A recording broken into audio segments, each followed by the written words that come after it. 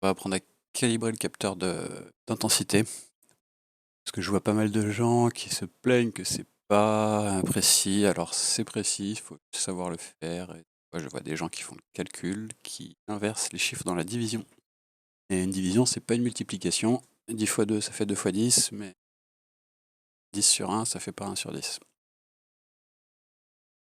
Donc là, moi j'ai changé de frame, j'ai ajouté un VTX. Il faut refaire le calcul à chaque fois qu'on rajoute quelque chose. Que ça consomme beaucoup, pas beaucoup, faut le refaire à chaque fois. Donc là, j'en profite, je vais le faire. Et puis je vais vous montrer surtout comment on fait. C'est vraiment très con. Alors la première chose à faire, c'est que vous allez aller voler avec une batterie qui est pleine et chargée. Mais quand je dis pleine et chargée, c'est vous la chargez. Vous allez voler tout de suite avec dans les 2 minutes qui suivent parce qu'une batterie, ça perd. Si vous la laissez 24 heures, il faudra la recharger. Vous allez voler. Je vais vous montrer le réglage Betaflight. Vous affichez dans votre DVR ce que vous allez l'enregistrer. Donc OSD. Affichez la conso ici, donc vous l'aurez direct en vol. Et surtout, à droite, là, vous mettez milliampères-heure consommé sur la batterie. Vous allez voler, vous volez pas beaucoup, honnêtement, consommer 200-300 milliampères, même s'ils sont faux, enfin, pas beaucoup, 2 minutes. Vous revenez, vous allez charger votre batterie. Vous aurez chargé votre batterie sur une valeur de charge.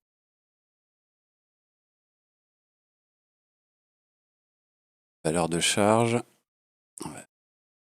Donc le calcul, c'est ancienne échelle multiplié par, attention, les parenthèses sont importantes, ce que vous avez affiché dans le DVR, c'est-à-dire votre consommation fausse affichée, divisé par ce qui est affiché par le chargeur.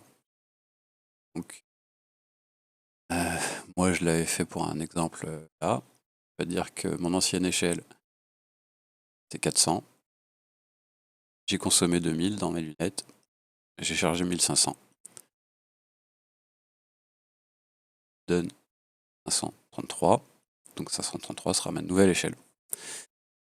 Vous serez normalement à peu près là à 3 à 4% de différence, ce qui n'est pas énorme. Si vous voulez encore affiner, vous refaites pareil. Vous rechargez à fond la batterie, vous volez 2 minutes, vous refaites le calcul, et vous verrez, ça va s'affiner. Et plus vous ferez d'itérations, ce sera précis. Honnêtement, une, ça suffit. Deux, c'est pour vraiment être très précis. Plus, c'est qu'on a des tocs. Après, c'est pas grave. Ça se fait où? Ça se fait ici. C'est pas de la tension. On parle d'intensité. Intensité, ampère, tension, volt. Si c'est quand c'est un I, c'est comme ça. Et du coup, moi, mon échelle, c'est 345. Il faudra que je la change. Je vais aller faire les tests. Et alors, que je vous dis, je vais lancer le drone.